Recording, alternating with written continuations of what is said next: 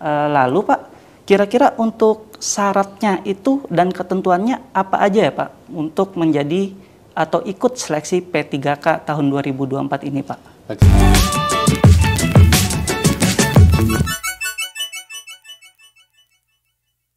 Oke, sebelum ke sana, Mas Edo, mungkin sedikit saya tambahkan untuk penjelasan yang pertama tadi.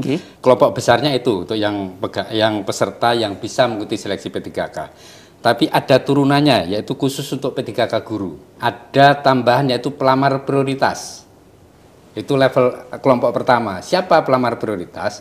Pelamar prioritas adalah pelamar yang lulus seleksi JF guru tahun 2021, ya tahun 2021, istilah yang kita gunakan di pengolahan adalah P-TL, lolos passing grade atau nilai ambang batas, tetapi tidak lulus karena keterbatasan formasi, dan tidak pernah dinyatakan lulus seleksi untuk JF guru periode sebelum tahun 2024 ini.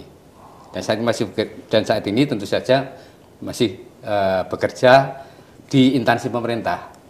Jadi mereka yang lulus tahun 2021 untuk JF guru bukan lulus, mohon maaf, memenuhi nilai ambang batas kelulusan tetapi tidak lolos untuk mengisi karena keterbatasan formasi, itu menjadi prioritas pertama untuk tahun 2024 ini, untuk seleksi 2024 ini. Kemudian berikutnya sama, non-ASN yang terdaftar di database non-SBKN, kemudian guru non-ASN di sekolah negeri yang terdaftar di Dapodik dan aktif mengajar. Dapodik itu daftar pokok pendidik lah di Kementerian Pendidikan dan Kebudayaan.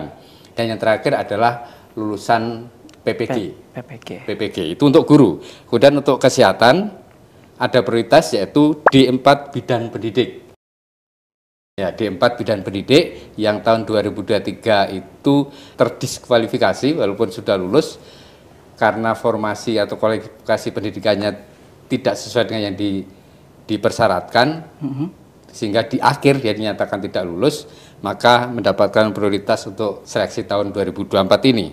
Kemudian selanjutnya XTHK2, non-ASN terdaftar di database non-ASN BKN, dan tenaga non-ASN yang aktif bekerja di instansi pemerintah.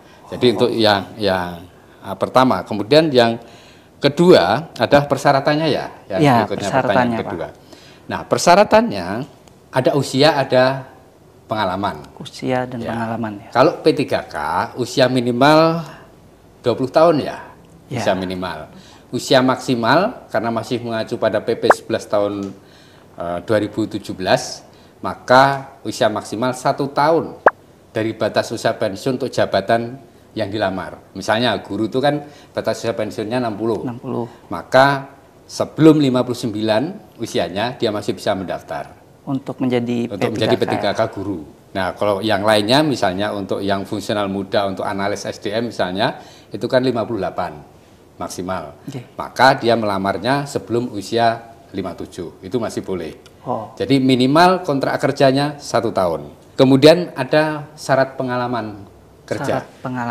Syarat pengalaman kerja adalah minimal 2 tahun untuk jenjang pemula terampil dan sebagainya, kemudian minimal 3 tahun untuk jenjang ahli muda. 3 tahun. Dan ini karena ini P3K sekarang ini ada yang khusus terutama yang prioritas yang urutan yang ketiga tadi, yang aktif mengajar 2 tahun di instansi tempat dia lamar. Jadi ya di satu instansi gitu. Beda dengan P3K formasi umum, itu bisa pengalaman kerja 2 tahun, bisa akumulasi dari beberapa instansi. Kalau ini tidak, harus di 2 tahun di instansi, dan melamarnya harus di situ. Harus di situ ya. Betul.